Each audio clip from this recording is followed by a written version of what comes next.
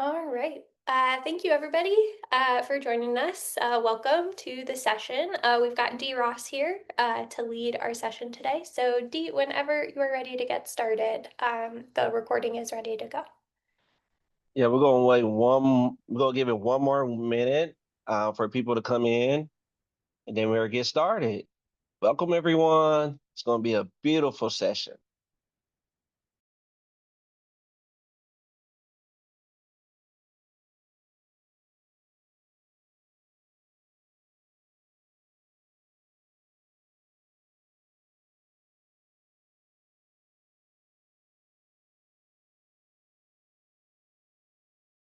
All righty, we're gonna go ahead and get started. I want to start off with a poem that I wrote before we move into our session today. Ask yourself, what does legacy mean to you? Yes, we are human beings that's just fighting to be seen. Tenant rights, human rights. Why can't our country just get it right? Every year, the cost of living goes up, but they won't increase the minimum wage. Sometimes I feel trapped and treated like animals in a cage. People are dying from evictions. That's modern day lynching. Children who are unhoused every day are coming up missing. So, no more talks, no more statements, no more promises. Come get in these trenches. I'm tired of mold. I'm tired of mice. I'm tired of no lights. Why won't they listen? They don't want us at the table. Then we create our own table. Rural and urban communities united. We're more than able. When you're ready to throw in the towel, remember them nights when it got cold. How you had to open the stove to heat the room, heat the home, and them landlords wouldn't pick up the phone. They've been doing us wrong for so long.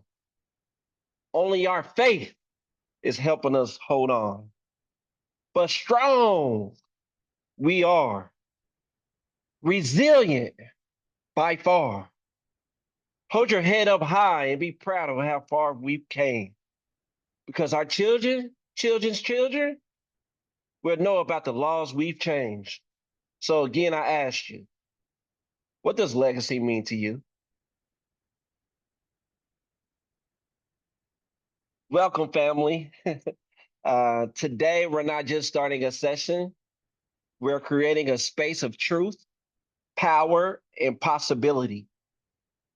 This is a room full of survivors, advocates, organizers, and leaders, people who lived through the very issues we're fighting to change.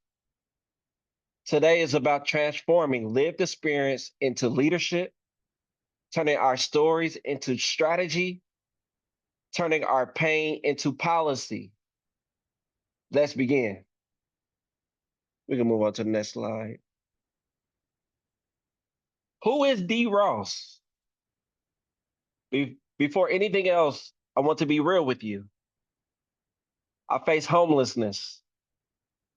I stayed in a shelter throughout my childhood, being picked on for living in a shelter, being bullied was very traumatizing.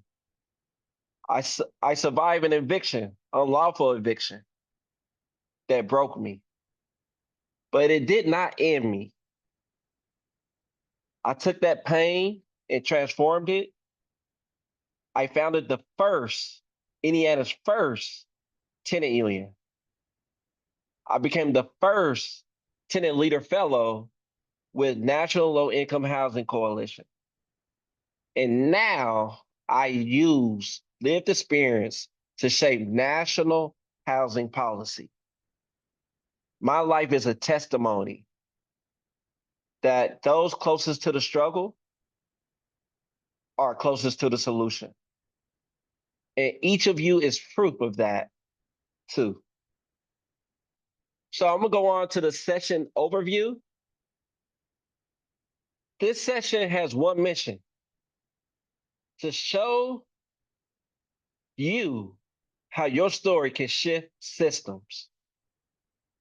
By the end, you will know how to turn personal stories into advocacy, build organizing campaigns rooted in lived experience, sustain emotional wellness while doing heavy work. This is not just about healing, it's about power. And on to the next slide, the power of lived experience. Let me tell you something. Lived experience moves mountains.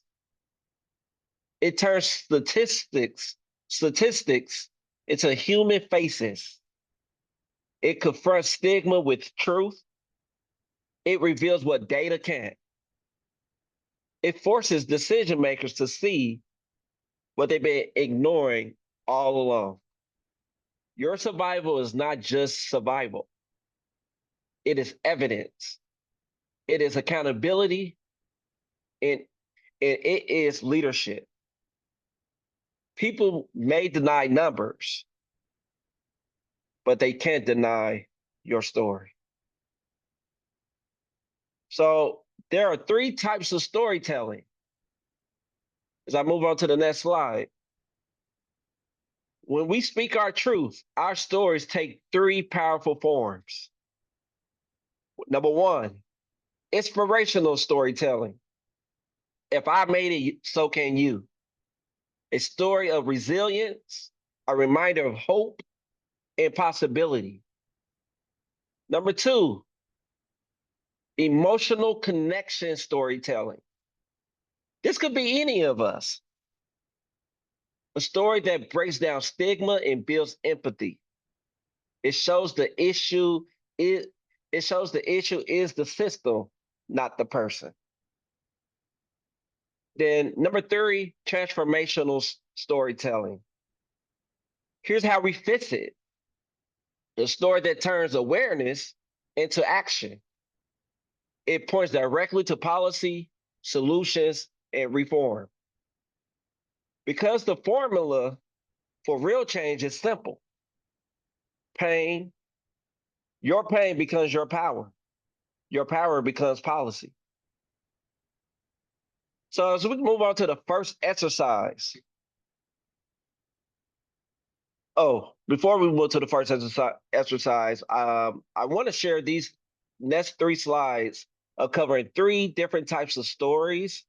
So as you watch this story, think about which story connects to emotional connection, transformational, or inspirational. You can go ahead and play that video, Maddie. Oh, sorry, it's going to take me 1 minute. I've got to reshare the screen for audio. No worries.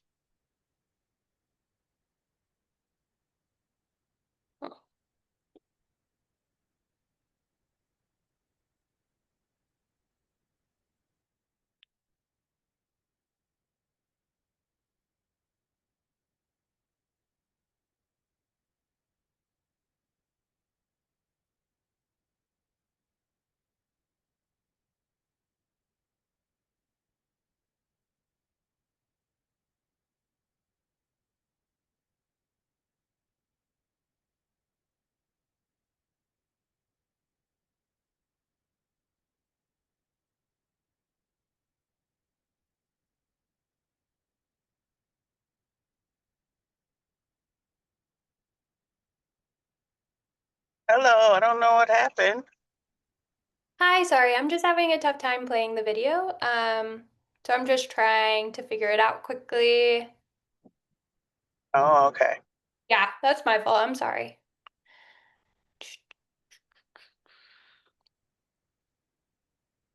Did you have a link to the video or was it embedded in the slide deck?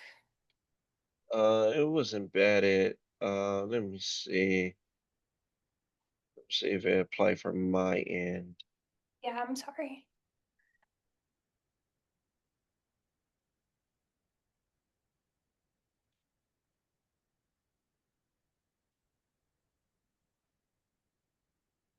So,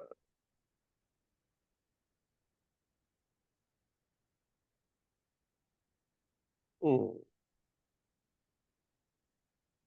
give us 1 second, everyone. My apologies.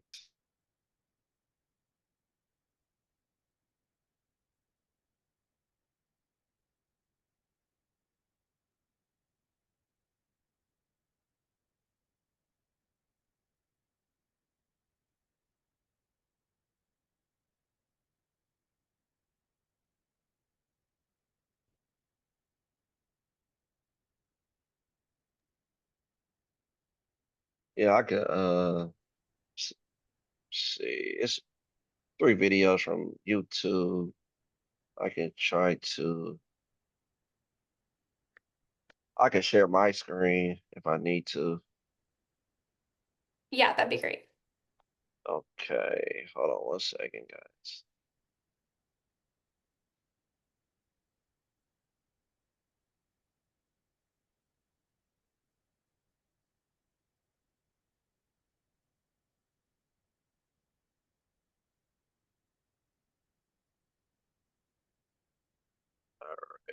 Alrighty.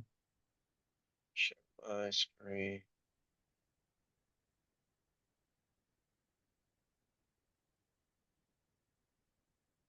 Get out of this.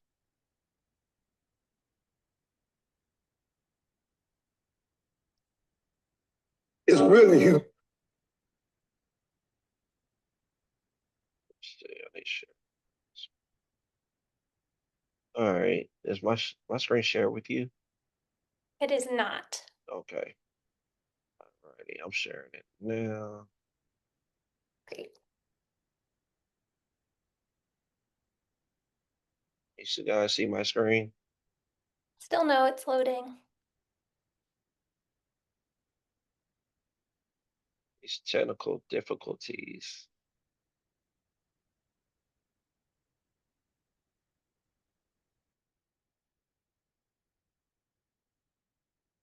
This is still not sharing. It's still not sharing. I can get the second and third video to play, just not the first one. Okay, and I can see the link to the first one. Okay, great. So We could just go to the next one. great. Let's do that. Sorry, everybody. Okay, Danielle, can you give me a thumbs up if you can hear it when I hit play? It's really humiliating to be shaking a cup 24 hours a day and people just look at you like you some kind of little bum, you know what I'm saying? I mean, I have had people to walk past me and say, get a job, bum. And I said, wait a minute, I'm not a bum, I'm a human being. And take my mom, take my pain. And it's hard. But after the end of the day, when people go home and everybody get on the metro train and they mind, and then I just feel so bad that I can't be going home. You know, I'm sorry. No matter what people think about me, I know I'm a human first. And just because I'm down on my luck, don't give nobody no excuse to call me no bum.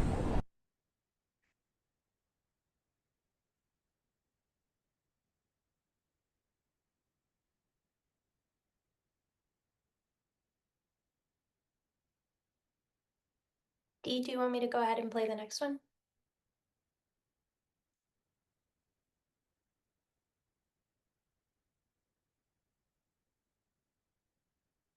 Okay. It's really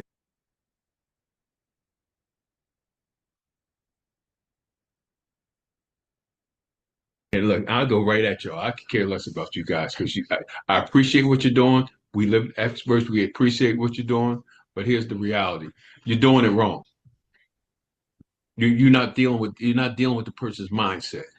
You're not understanding who you're dealing with. It's all about numbers. It's all about logistics. It's all about everything that does not have to do with a person. Right? You have a perception of how you think homeless people think. What we have is a reality. What we have is an experience. What we have is a feelings that we went through. The presence of someone who already been through it, right? That lets you know you can do it too.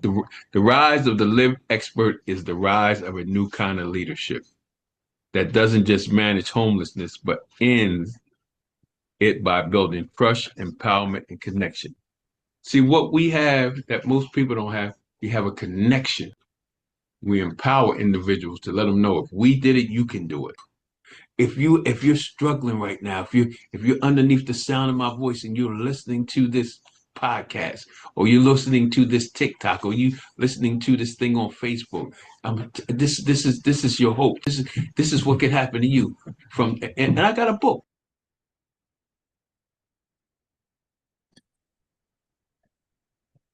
Yeah, I'm having some technical difficulties on my end as well.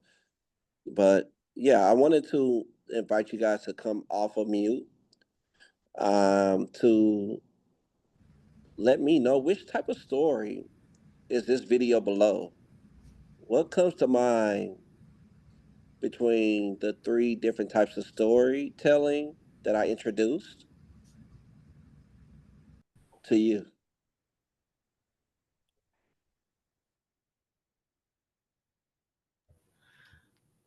One that stood out to me is empowerment.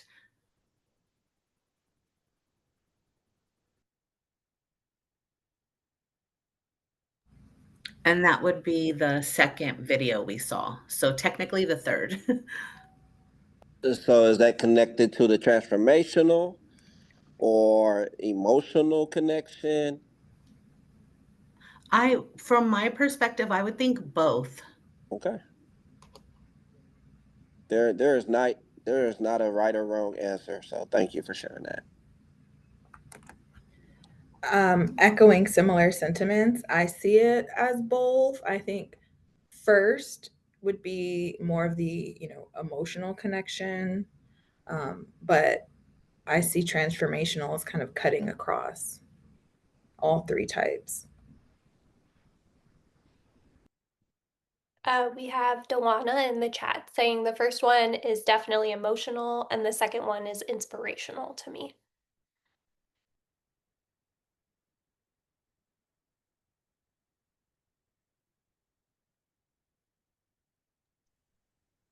Anyone else?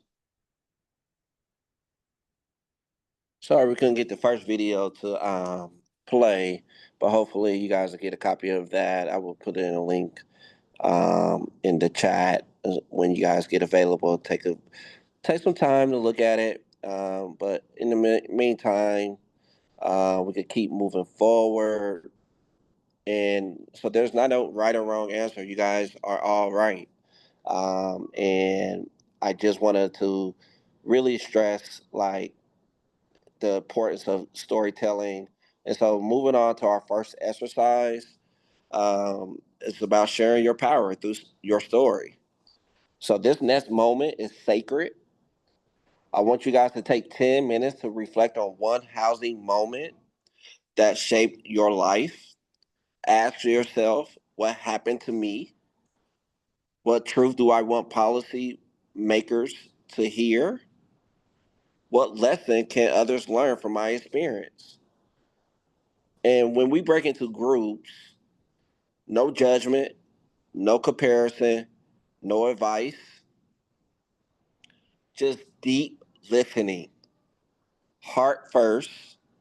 Your story deserves to be heard in its raw, honest form. So we're going to go ahead and break into groups, and we're going to reconvene in around 7 minutes or so. Great. I can make those breakout rooms. And then if folks want to take a look at the slides when you're in the breakout rooms, they're available at the bottom of your screen on Whova if you're on the desktop app, or you're on the desktop web browser, or if you're on your phone, you'll have to click into the overview and there should be a link at the bottom there.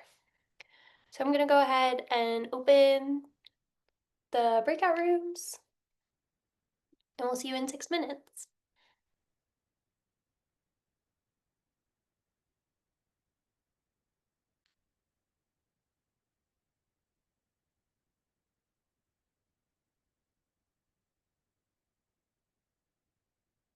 Is anybody having trouble entering their breakout room? It should have been a prompt on your screen to join.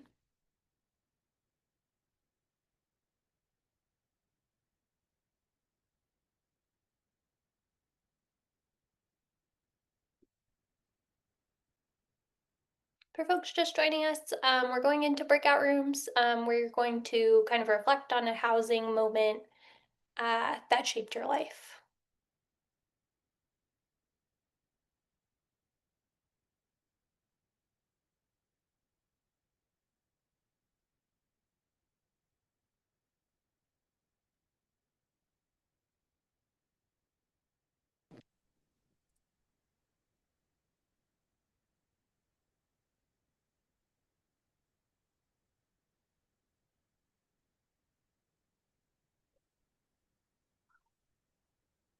Hi, can you send me back into the breakout room, please? I went in too soon and didn't see the exercise clearly enough, so I had to come back here.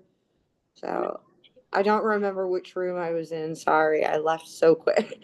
I was like, oh no, I came in, now I gotta get out, and yeah, so A big, sorry. yeah, no problem. I'm just trying to find you. Oh, here we go. I'm gonna send you to a different breakout room because there's no one in your room right now. Yeah, they probably left because I like as soon as they entered, I was leaving, right? I felt so rude. No It problem. was like being Rudy McRude. I'll send you right now. Thank you. No problem.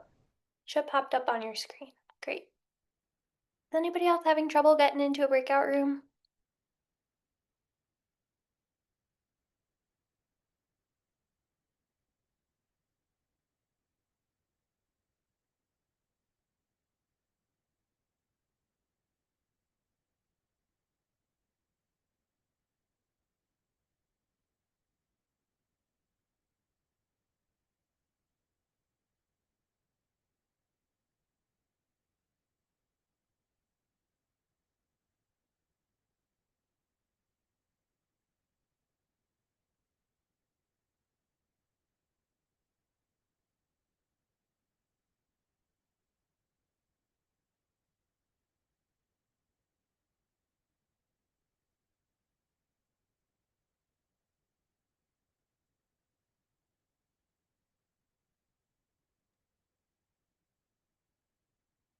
Yeah, in the meantime, I'm gonna see if I can send you the link to Yeah, the first video. yeah, I'm sorry. I couldn't figure it out. No worries. Then my computer, while I was trying to figure it out, trying to screen share, my computer crashed. Mm, tough.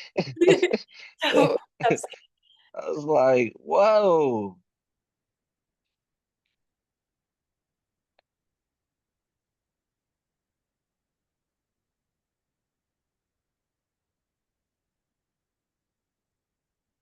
Because it comes up. I was just like on my screen, it comes up. I think you had to like double click it or so.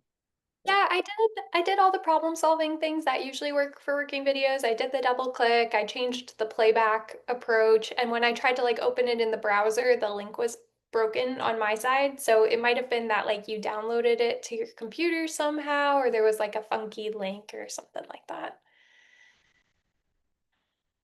Happens all the time. I think that's like the trickiest part of screen sharing is the video playing.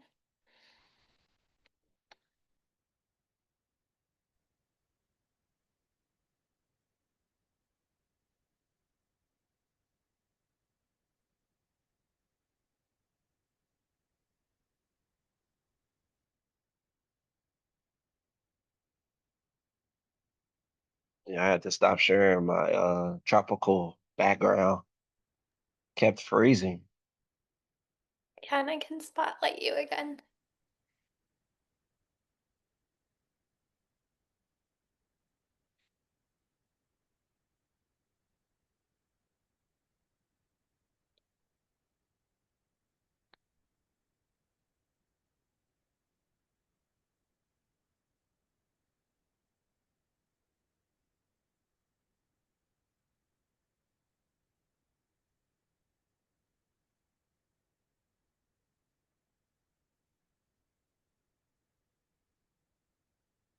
How many more minutes are there?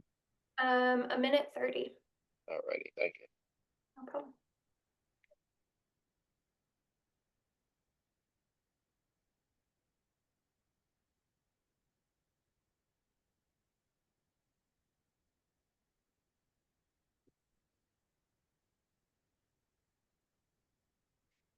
It's, Uh, oh, go ahead.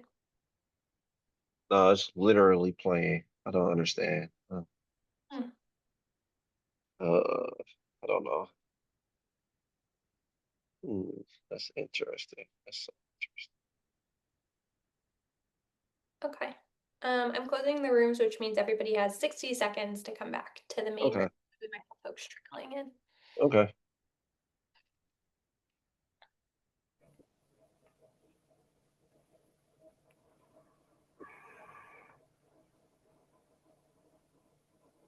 Hi folks, welcome back. Breakout rooms are closing in about 40 seconds, so we're gonna just wait for everybody to get back before we resume the presentation.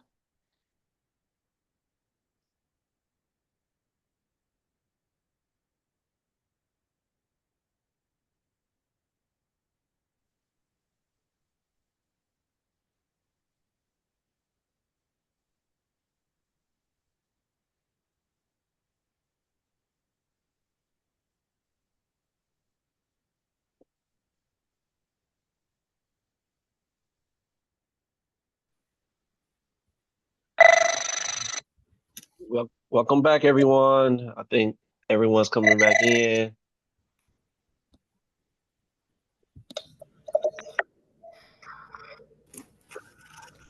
Make sure you mute your computers.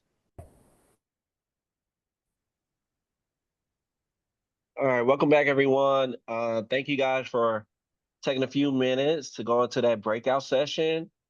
If you don't mind, I would love to hear from you all. What have you learned through that breakout about sharing your story, owning your story? Who would like to go?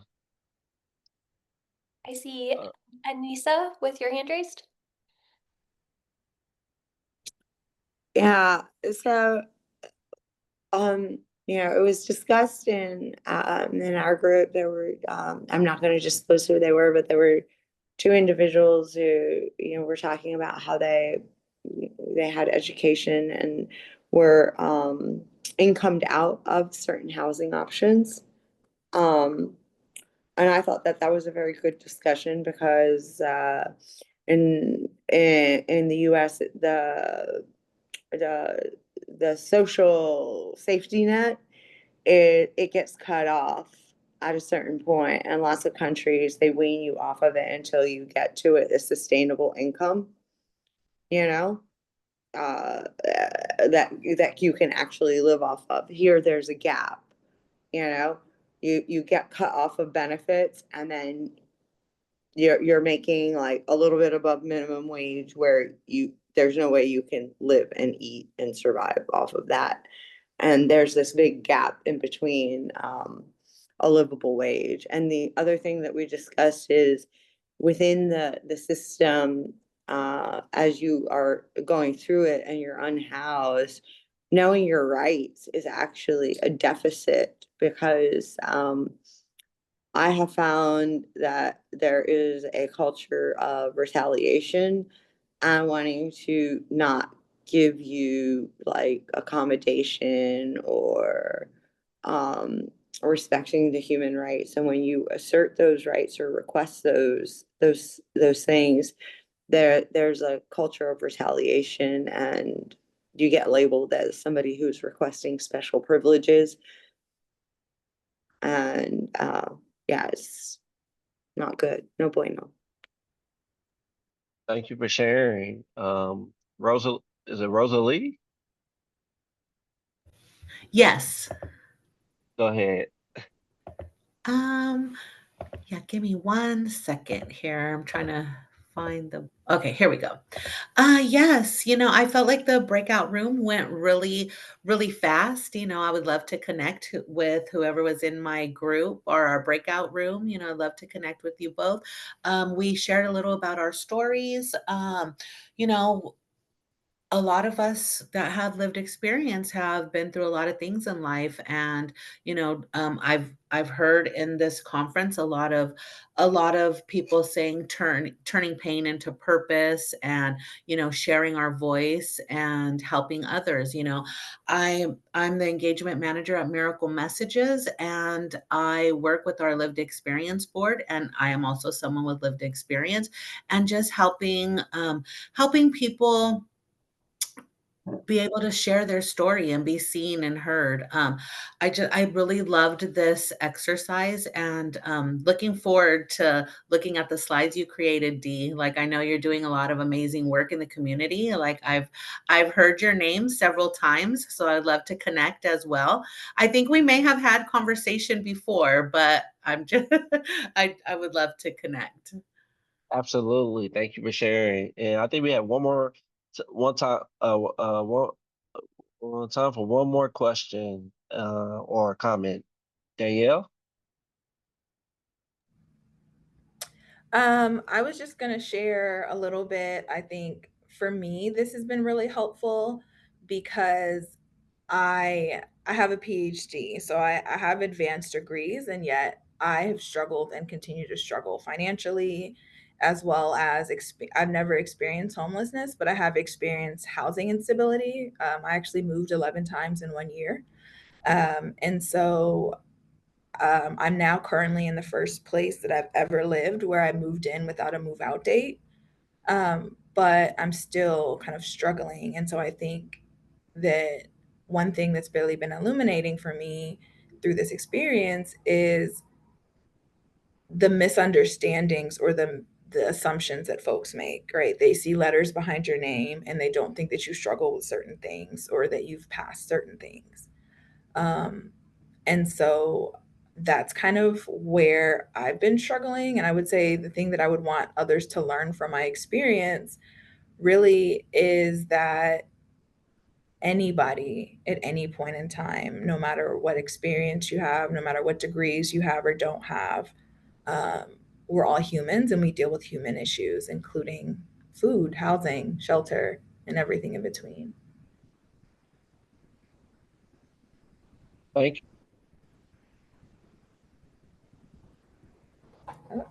I just want to reaffirm that this is a safe space. And thank you guys for sharing your truths and owning your power. And we can move on to the next slide because how you just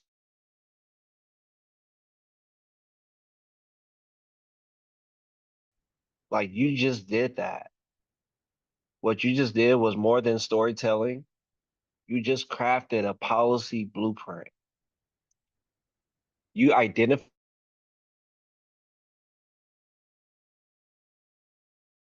the system, not the person.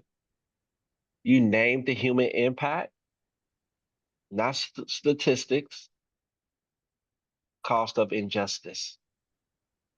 You pointed towards a solution that every story you share planted seeds of policy, such as rent protections, safer housing, eviction reform, or community healing, and so on.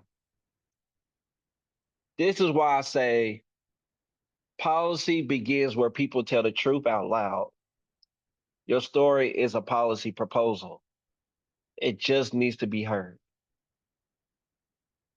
As we move on to the next slide, I want to talk about how to use your story to shape policy. Step one, connect your story to a policy gap. What law failed you?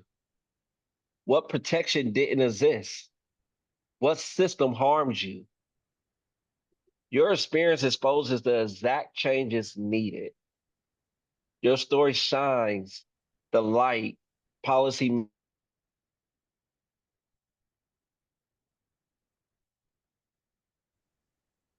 As we move on to the next slide.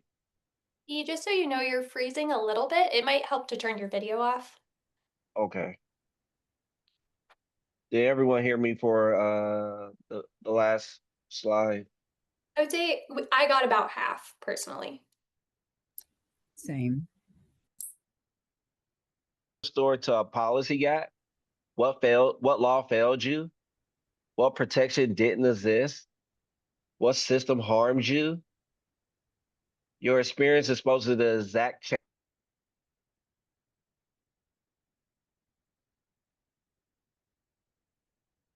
Oh, D, you're still cutting out. Let me see.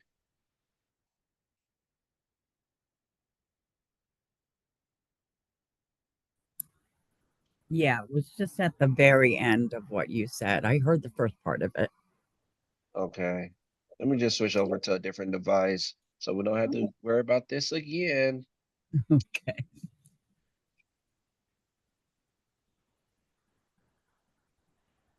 As we're waiting for you to do that, hi, my name is Amy Grissett. I've been doing storytelling workshops at the National Healthcare for the Homeless conference for many, many years. So I really believe in storytelling and the impact. I often say that federal people, people in government, they want the numbers. Data is really, really important to them. But what they're going to remember the most is that story of someone with lived experience who has pulled themselves up by accessing services and what that means. I often tell my story backwards. I talk about what I'm doing now and then say, but in this year I was homeless, right? And the room gets really quiet when you do that Yeah. because they don't expect you to say that. Especially if you're a person like the person who was just speaking that has a PhD, right? To talk about her education and then come back and say, but in 1994, I was homeless. And that's Yes. why, you know what I mean? So it's very Yes. impactful. Thank Yes. you. Thank you for sharing that because in step two is exactly what you just said, right? Translate emotion into evidence. Your emotions matter deeply, but to shift policy, we repair emotion with impact. And let me say that again. Your emotions matter deeply, but to shift policy, we pair emotion with impact. Instead of saying, I was evicted, say, I was evicted with no cause because my state lacks just cause protections. Emotion plus evidence equals policy power. We can move on to step three. Step three, take your story where power lives. Your story must enter the rooms where decisions get made, like the city council, legislative hearings, press interviews, community meetings. Your story is a lightning bolt, but lightning changes things only when it strikes where it counts. For example, a tenant's story at a public hearing shaped local rent escrow policy. On to step four, move from I to we. Movements grow when one story becomes many. Shift from saying I couldn't afford rent to thousands of families like mine cannot afford rent. Your story becomes a collective demand, a community call to action. Step five, partner, think outside the box. Partner with advocacy groups. You are powerful alone, but unstoppable together. Groups like National Low Income Housing Coalition, Legal Aid groups, uh, National Alliance to End Homelessness, and this very organization that's hosting this conference. They carry your story into higher rooms. They help transform your truth into real legislative change. Your voice plus organized advocacy equals structural change. For example, a mother story, a mother story plus eviction data equals legislative testimony that changed housing funding. And so those are the five steps that I wanted to introduce to you guys on how to use your story to shape policy. And as we move on to the next slide, these are examples of real people using their stories across this country to change housing policies. They sat where you sit. They feared what you fear. But they told the truth anyway. And because they did, laws changed, budgets shifted, systems moved. Your story can do that too. On to slide 14. Um, the second exercise I wanted you to do go into breakout groups again, um, because I wanted to create this exercise where you guys are able to practice your pitch. It's time to sharpen your message. So I'm going to go into different groups again, and then now let's build a campaign, fast, real, and rooted in lived experience. And you guys will, in your group, design your blueprint around 4 pillars: the issue, what's the problem, the community, who's impacted, the message, what needs to be said, the first action step, what can you do right now to get momentum, and you're done. You will pitch your campaign in 90 seconds when you come back. This isn't about perfection, it's about possibility. The strongest pitch wins. Um, so we just make this a fun, competitive exercise. And so we're going to go ahead and go into breakout sessions. How long do you want the sessions to be, Dee? 5 minutes. Okay. Does anybody have any questions before you go into breakout rooms? All right, I'm going to open the rooms. You should have another prompt on your screen.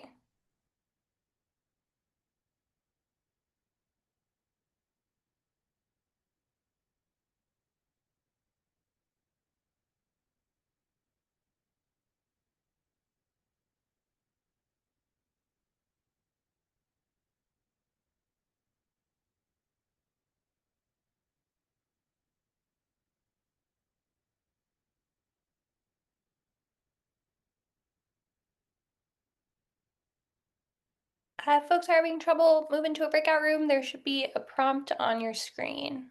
Or speak up, I'm happy to help.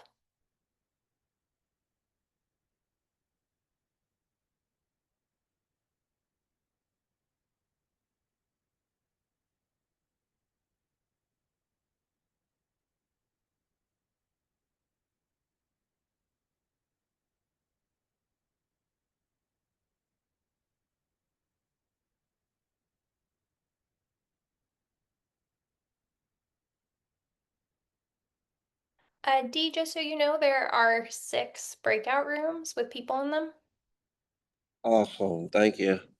And how many approximately are in there? About 3, maybe? It's actually 5. It's 5 breakout rooms, sorry. Okay. Yeah, it's about 3, sometimes it's 4.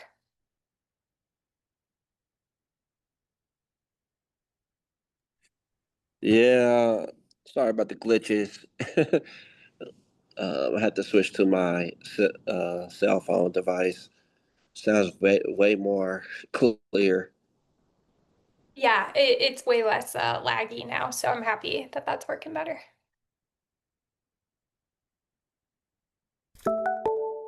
Sorry about that.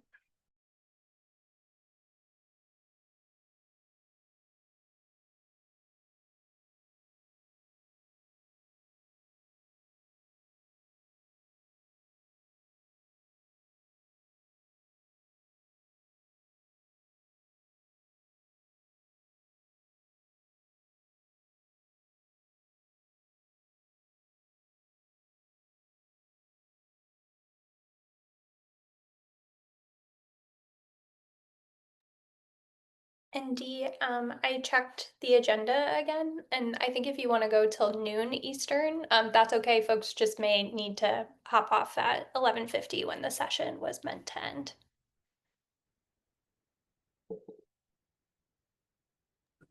I'm sorry. Can you repeat that? I'm sorry. Well, I'm saying if you needed some extra time, if you want the session to go till noon Eastern, that's Yes. okay. Yes, please. Yeah, folks may just start to jump off because the session was set to end at 11:50. Okay. No, it depends on the questions.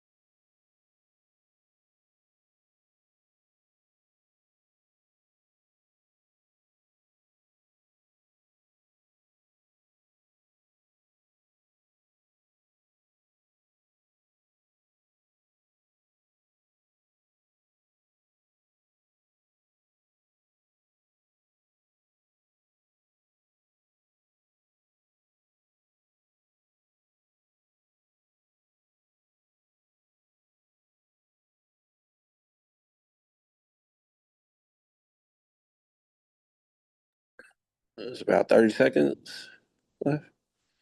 Yeah, 30 seconds till the room's closed, and then when you close them, it's going to be that 60-second delay again as people come in. Oh, okay. All right.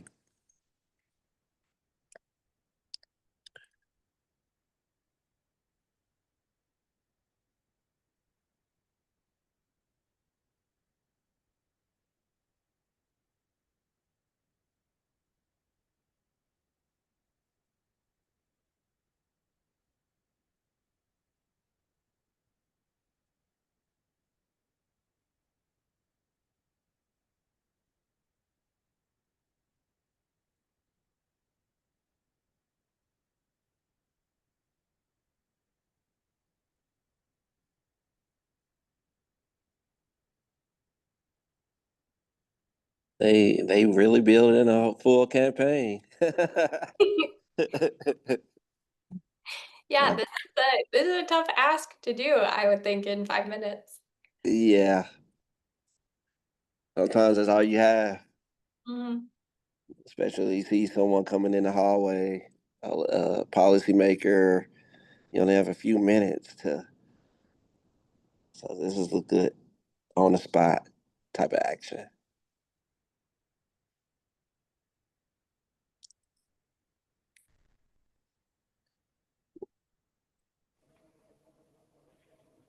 Welcome back, everyone.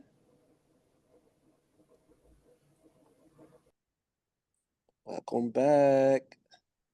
I know 5 minutes is a tough ask to put together a campaign, Uh, but as organizers and people with lived experiences, sometimes that's all you have. When you see someone down a hall at the state house, and you only have a few minutes to pitch something to them that could be transformative. So, what group would like to go first? I'm eager to hear what you guys was able to organize in 5 minutes. Take it.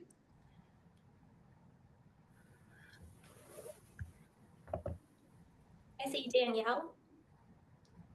So definitely got cut off in the middle as we were kind of crafting our message, but I would say that the issue that we talked about was equity around people experiencing homelessness, and then in the notion that I say the issue is that there's assumptions being made about people, and then those assumptions turn into barriers. So, for example, there was a woman I spoke to earlier this morning who had experienced homelessness, and she talked about not being able to get services because she didn't have a mental health disorder or a substance abuse disorder. And so that's an example of when you make an assumption that everyone who is homeless is either experiencing mental health crises or drug addiction, then that turns into a barrier for others who may not be experiencing that. And so the message in that is to incorporate people with lived experience into work that you're doing. And that could look like a focus group, that could be surveys, and then essentially and ideally, eventually, bringing people into the spaces so they can also have decision making power and co create together. Wow. Wow. Now that's hard. That's a hard act to follow. Any other groups who would like to share? I see Amy with the hand raised. Yeah, that is a hard one to follow. But I got put into the breakout room with the same person that I was in the breakout room before, and I commented that both of our stories of homelessness came from a background of losing a business. And with me in particular, I talked about how we lost an airport shuttle business shortly after 9/11, and there was no one out there bailing out the small the small companies. They were, helping out the airlines and all of that, and but there was nothing there to help us to stay in business. We had a few clients at a private high school that we would take back and forth into Boston, and that helped a little bit, but it didn't sustain us. And so we ended up folding along with a lot of other small airport shuttle businesses here in Massachusetts. So I think, the message was to really have something in place when catastrophes, things like this happen. And going back to what the person said before, anyone can become homeless, right? It's not just about people with mental health issues or substance abuse issues. It's somebody who loses a business like ours and never expected to be homeless. And so I think going to local politicians, congressmen, city hall, talk about plans that are made around catastrophes and things that happen that are unforeseen, and how that affects the little mom and pop businesses out there that are struggling to survive. Wow. Thank you. Thank you for sharing. That was very impressive. I believe Rosalie was next. I could go ahead and let Jason have some time because I spoke earlier. Yeah. Go ahead, Jason. Thank you. Thanks, Rosalie. So I was in the group with Barry, who dropped in the chat that he is calling in from the Netherlands. So we got a little bit of a crash course in Dutch government. And they just had elections about 2 to 3 weeks ago and have a new government coming into power. And it's interesting because the the new Dutch government has done the studies. They see the need for more affordable housing, and Barry shared that their proposal was to just build 10 complete new cities from scratch um, to meet the housing needs. So, of course, that was pretty much our 5 minutes there, just getting that context. But I think there's a huge amount of opportunity for folks to plug in on as those conversations are moving forward and figuring out what this could look like. And he added that the Dutch government is also making a concerted effort to eradicate homelessness. I think he said their goal is by 2030. So it feels like the table is well set, and there's lots of different ways that folks could plug in to how to help really have a voice and shape how this moves forward and what this would look like. Thank you for Jason, sharing. you forgot to add that they're also coming from a democratic system that has 14 different parties that are battling for this power. Yeah. Yeah, it's definitely a coalition government. Yeah. Yeah. Like I said, we got a crash course in Dutch politics as we were talking about this. Thank you guys so much for sharing. And I will pass it to Rosalie. Oh, hi. Yes.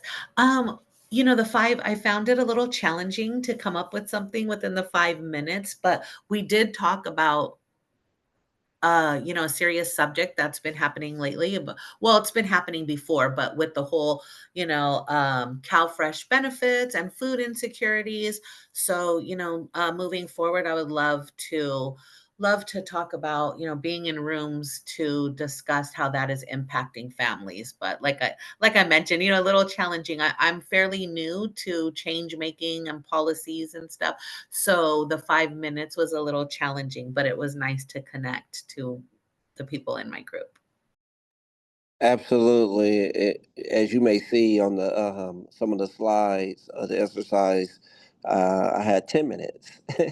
But I have this initially designed this PowerPoint for a 90-minute session. So I wasn't aware that it was an hour session. So I had to make adjustments. So, but yeah, you all did well, very well. And we can move on to the next slide because, what you guys just did, you guys talked about everything and you guys talked about what mattered the most. Was there any surprises that you guys had about working together or different perspectives that came up within those 5 minutes?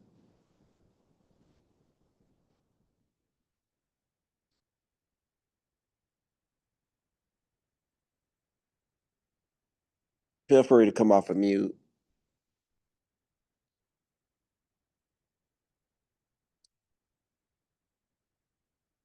Okay. So on to the next. I see somebody, DeForest. Oh, Oh, I want to speak for our group of two for the last exercise. Um, I took it as we had 5 minutes to address each point, and then uh, deliver it in 90 seconds when we return to the group. So we did not really get anything done because just trying to say, okay, what is the first step? Identifying what's wrong. All right, how do we say that? In the community, how do we say that? And so it was very challenging. And I thought it was about once we came back, we needed to present that in 90 seconds as far as covering all the steps. absolutely. You hit it right on the nose. Um, so when I think about organizing into action or into potentially pitching policies, sometimes you only have 5 minutes or 10 minutes to think, be quick on your feet. And so, for example, I was at the State House earlier this year, and I saw a Republican senator walking in the hall, and it's very hard to get a meeting with her. She doesn't really respond well to meetings, um, committing to meetings. But when I saw the opportunity presented itself, I had to move into action quick. I had to first identify the issue in my head that I wanted to address.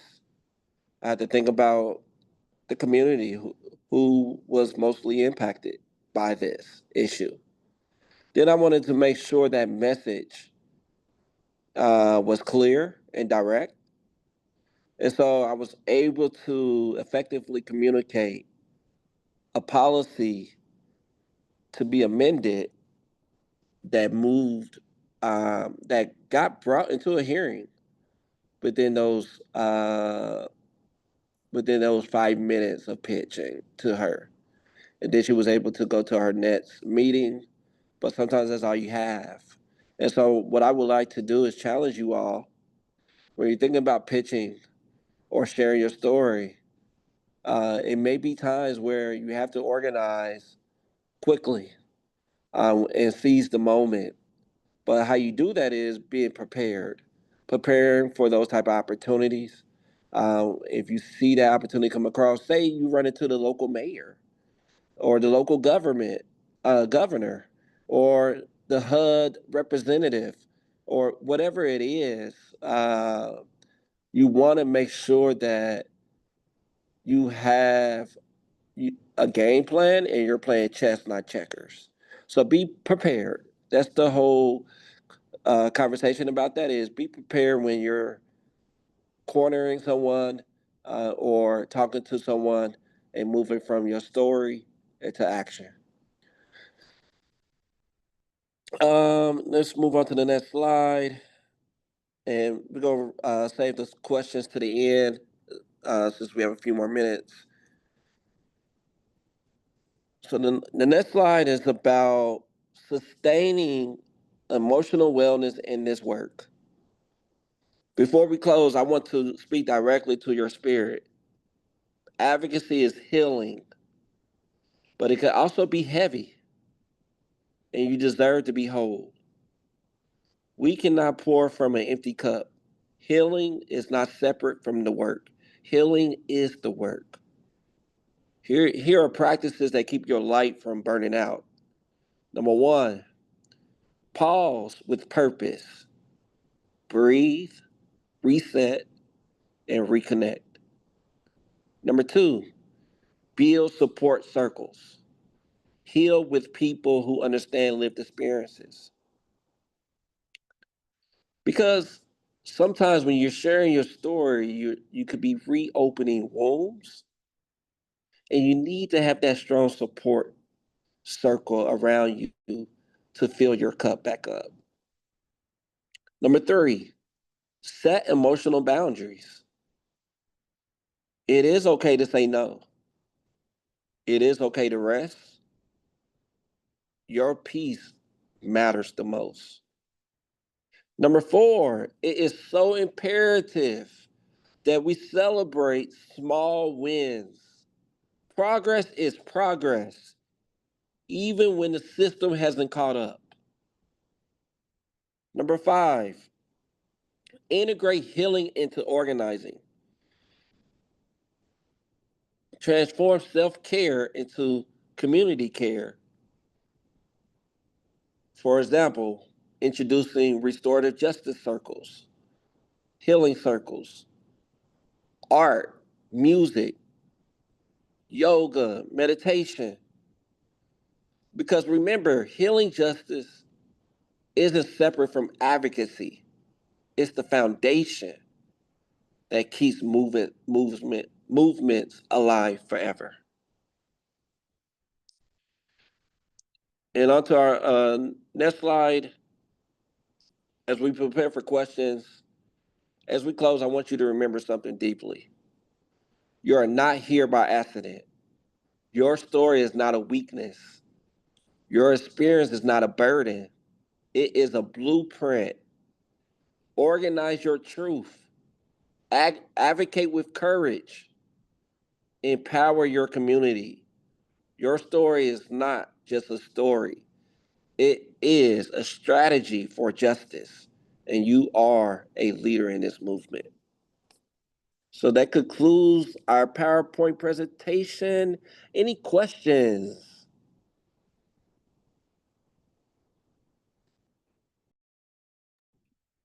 Amy, go ahead.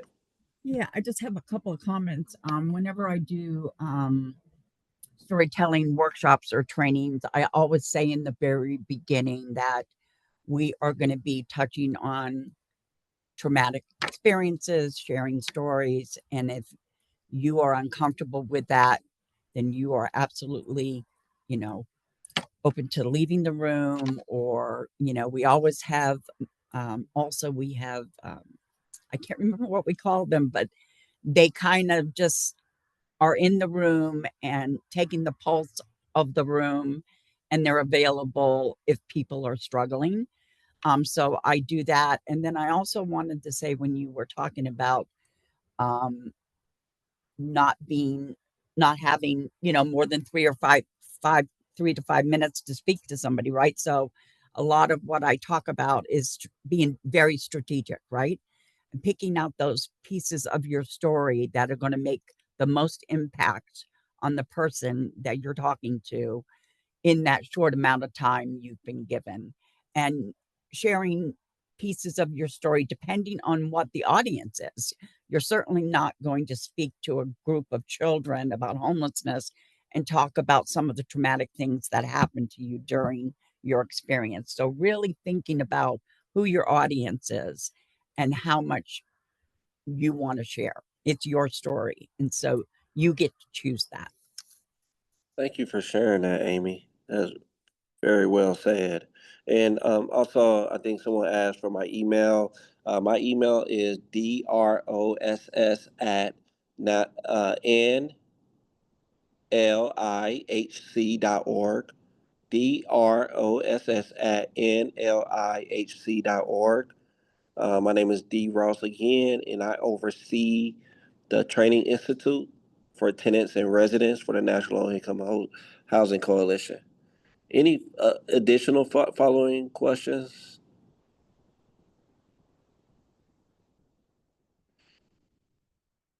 I'm not sure. Maddie, is there any inside the chat? I have a question.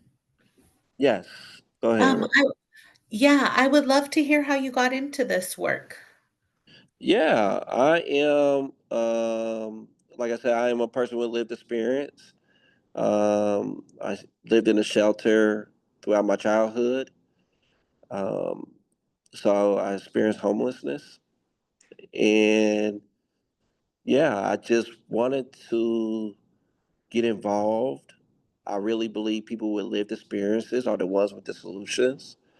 And oftentimes I saw programs and initiatives being created for our communities that was putting a band-aid on things and not actually healing the wound. And that's how I got involved because I wanted to be that voice of the voiceless and really bring truth to power, and that we are not just another check off the box. Thank you so Thank much for you. that.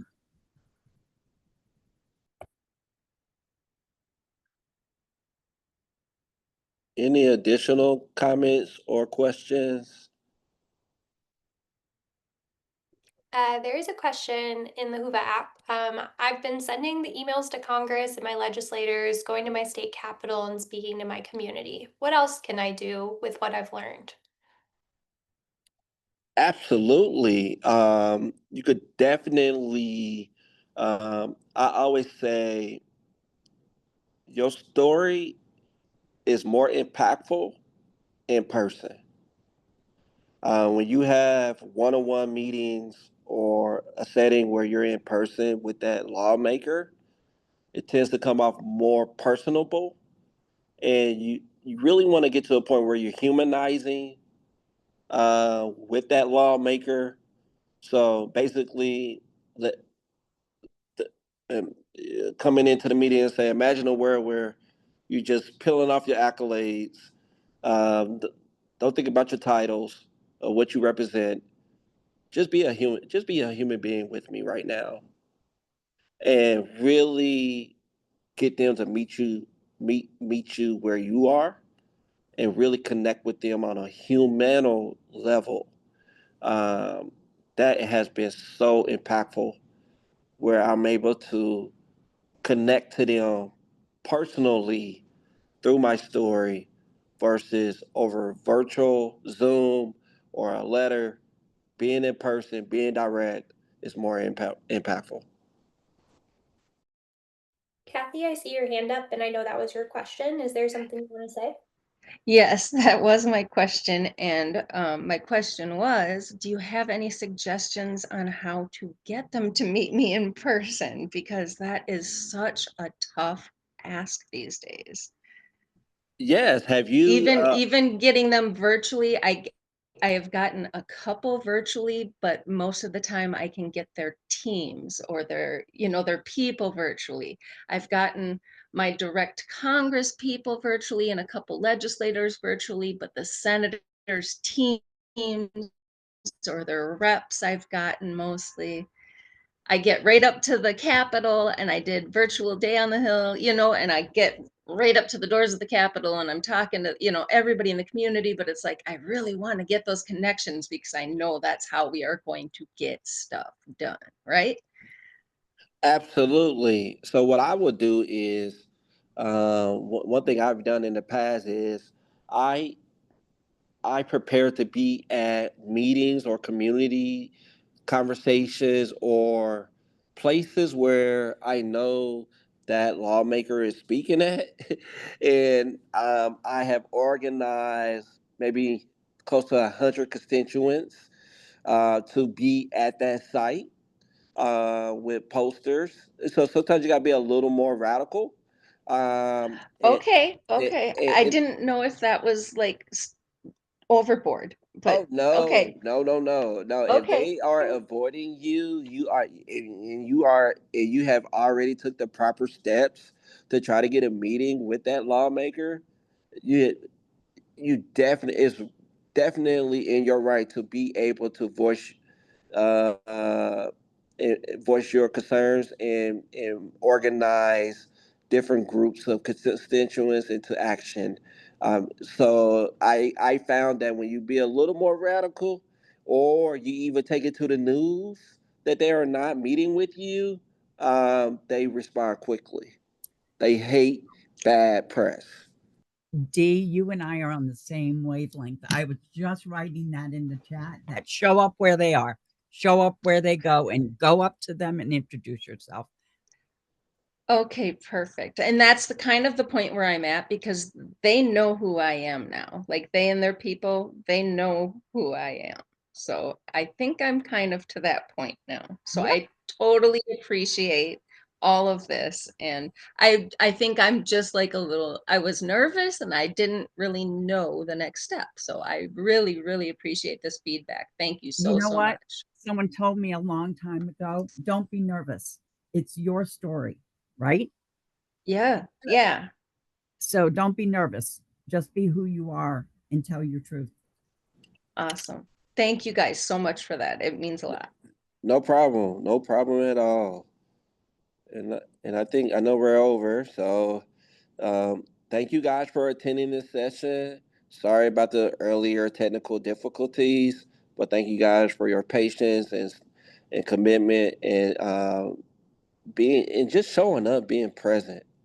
Um, Good luck to all of you all in all of your local areas. Feel free to reach out to me directly or get involved with the National Income Housing Coalition.